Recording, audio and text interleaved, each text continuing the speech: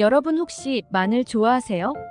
저는 마늘이 들어간 음식이라면 뭐든 가리지 않고 참 좋아하는데요.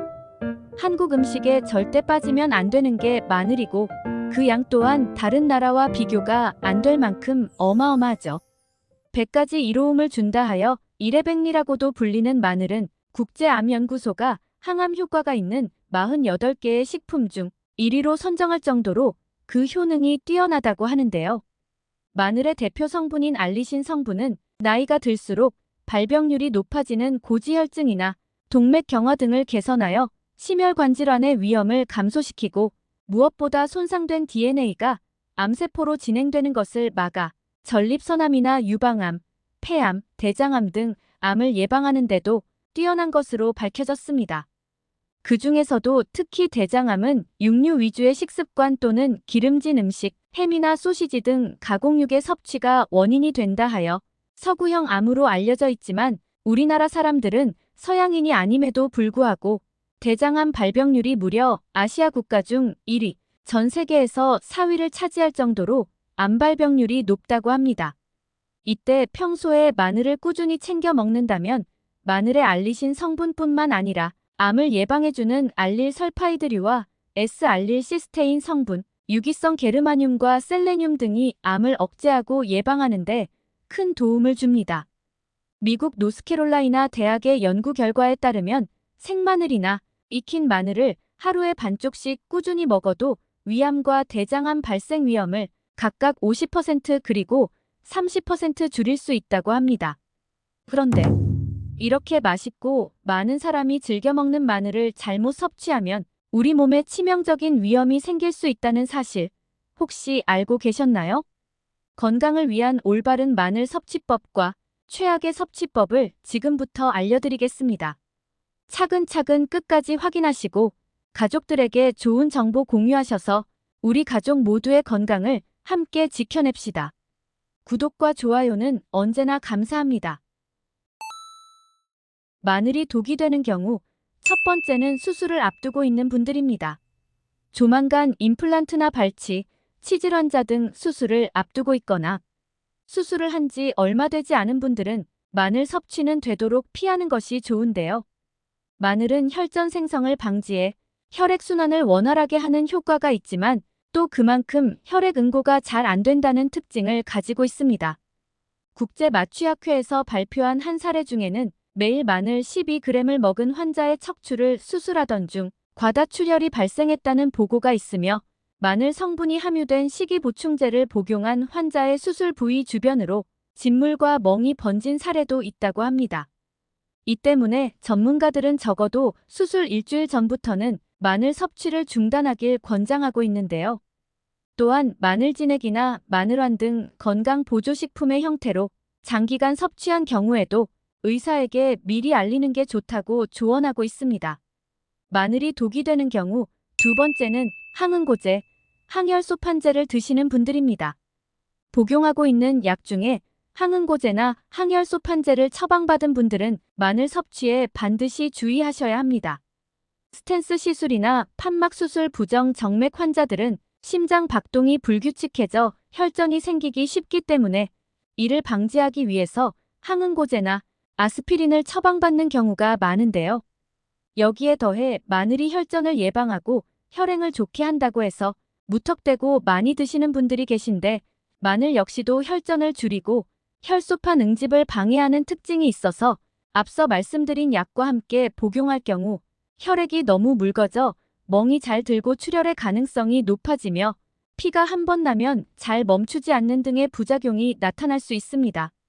따라서 이런 약을 복용하면서 마늘이 들어간 건강보조식품을 장기간 섭취하고 있다면 꼭 정기적으로 혈액 검사가 필요하고 경우에 따라서는 약의 용량을 변경해야 하는 경우가 있으므로 주치의와 꼭 상의하시기 바랍니다. 마늘이 독이 되는 경우 세 번째는 마늘에 곰팡이가 폈을 때입니다. 가끔 마늘을 잘못 보관하다 보면 상처가 나고 곰팡이가 핀 것을 볼 수 있는데요. 몇몇 분들은 마늘에 핀 곰팡이를 대수롭지 않게 여기고 그 부분만 도려내서 드시는 분들이 계신데 이러한 행위는 몸에 매우 심각한 부작용을 일으킬 수 있습니다. 마늘의 핀 곰팡이에 아플라톡신이라는 아주 강력한 독성이 들어있는데 이 독성은 미국 국제암 연구소에서 사용을 엄격히 금지한 인체 발암물질 1군에 속하는 아주 무서운 성분입니다.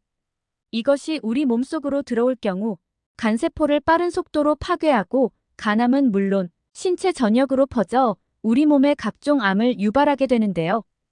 이 독성은 물에 끓이거나 익혀도 사라지지 않으며 썩은 부위만 도려낸다 하더라도 눈에 보이지 않을 뿐 이미 마늘 곳곳에 독성이 퍼져 있기 때문에 아깝다고 생각하지 마시고 미련 없이 과감히 버리는 것이 좋습니다. 마늘이 독이 되는 경우 네 번째는 위가 약하신 분들입니다. 마늘에 함유된 매운맛을 내는 알리신 성분은 강력한 살균 및 항산화 효과와 더불어 위암을 유발하는 헬리코박터균까지 억제하는 효과가 있지만 마늘을 필요 이상으로 과도하게 섭취할 경우 위벽을 자극하여 속쓰림 같은 위통을 유발하기도 합니다. 특히 위가 안 좋으신 분들은 위암이나 위경련, 위점막 출혈 또는 위궤양 증상을 더욱 악화시키거나 새로운 궤양을 유발할 수 있기 때문에 이러한 분들은 생으로 섭취하는 것보다는 익혀서 드시는 것이 좋습니다. 그렇다면 이와 반대로 마늘을 건강하게 섭취하기 위해서는 어떤 방법이 효과적일까요? 마늘을 효과적으로 먹는 방법. 첫 번째는 마늘을 으깨서 먹는 것입니다.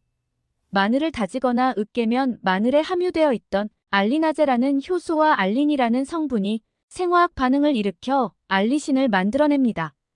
이때 으깬 마늘을 바로 조리하지 말고 10분간 두었다가 조리하면 그 효능이 더욱 높아지는데 미국 펜실베이니아 주립대학의 연구에 의하면 마늘의 조리법에 따른 영양소를 비교해 본 결과 잘게 썰거나간 마늘에 열을 가하기 전에 10분 정도 두어야 효소가 작동할 시간을 얻게 되어 알리신 성분을 최대한 섭취할 수 있게 된다고 합니다.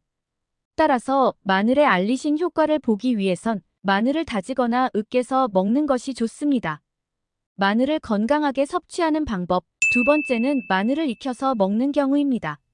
마늘을 생으로 섭취하는 것도 좋지만 위가 좋지 않은 분들은 오히려 부작용을 일으킬 수 있기 때문에 익혀서 먹는 것이 좋은데 마늘을 익힐 때도 더욱 큰 효과를 내는 방법이 있습니다. 마늘에 함유된 강력한 항암 효과를 지닌 S알리엘시스테인이라는 성분은 알리신과 알린 같은 황화합물 중 하나로 발암물질을 제거해 암 예방에 효과적이며 최근에는 혈중 지질 농도와 고혈압을 낮춰준다는 연구 결과도 발표된 성분입니다.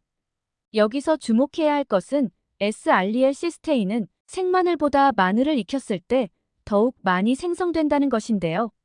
국립농업과학원 연구팀에서 마늘의 조리법에 따라 S알리엘시스테인 함량이 어떻게 변화하는지 실험했는데 생마늘 100g을 끓는 물에 1분, 3분, 5분간 데치고 끓는 물에 15분, 30분, 60분간 삶고 전자레인지로 1분, 2분, 3분간 익힌 후 S알리엘시스테인의 함량을 비교했습니다. 그 결과 S알리엘시스테인이 제일 많았을 때는 끓는 물에 60분간 삶았을 때이며 이는 생마늘의 4배에 달하는 수치입니다. 그 다음으로는 30분 삶았을 때, 15분 삶았을 때인 것으로 나타났습니다. 반면에 데치거나 전자레인지로 돌렸을 때는 S알리엘시스테인 성분이 줄거나 거의 변화가 없었으며 오히려 2분간 데쳤을 땐 S알리엘시스테인 성분이 감소하는 것으로 나타났습니다. 이처럼 마늘은 어떻게 익히느냐에 따라 몸에 좋은 성분 함량이 달라지기 때문에 구이나 찌개 또는 반찬을 만들 땐 처음부터 마늘을 넣는 것이 S알리엘시스테인 성분을 좀 더 많이 먹을 수 있는 방법이 되겠습니다. 마늘을 건강하게 섭취하는 방법. 세 번째는 꿀과 함께 먹는 것입니다. 꿀에는 설탕에서 얻을 수 없는 비타민 B1, 바로 티아민이라고 불리는 에너지 비타민이 풍부한데요. 꿀 속에 있는 이 티아민 성분은 마늘의 매운맛을 내는 알리신 성분과 만나면 흡수율이 무려 20배가량 더 높은 알리타아민이라는 성분으로 바뀌게 됩니다.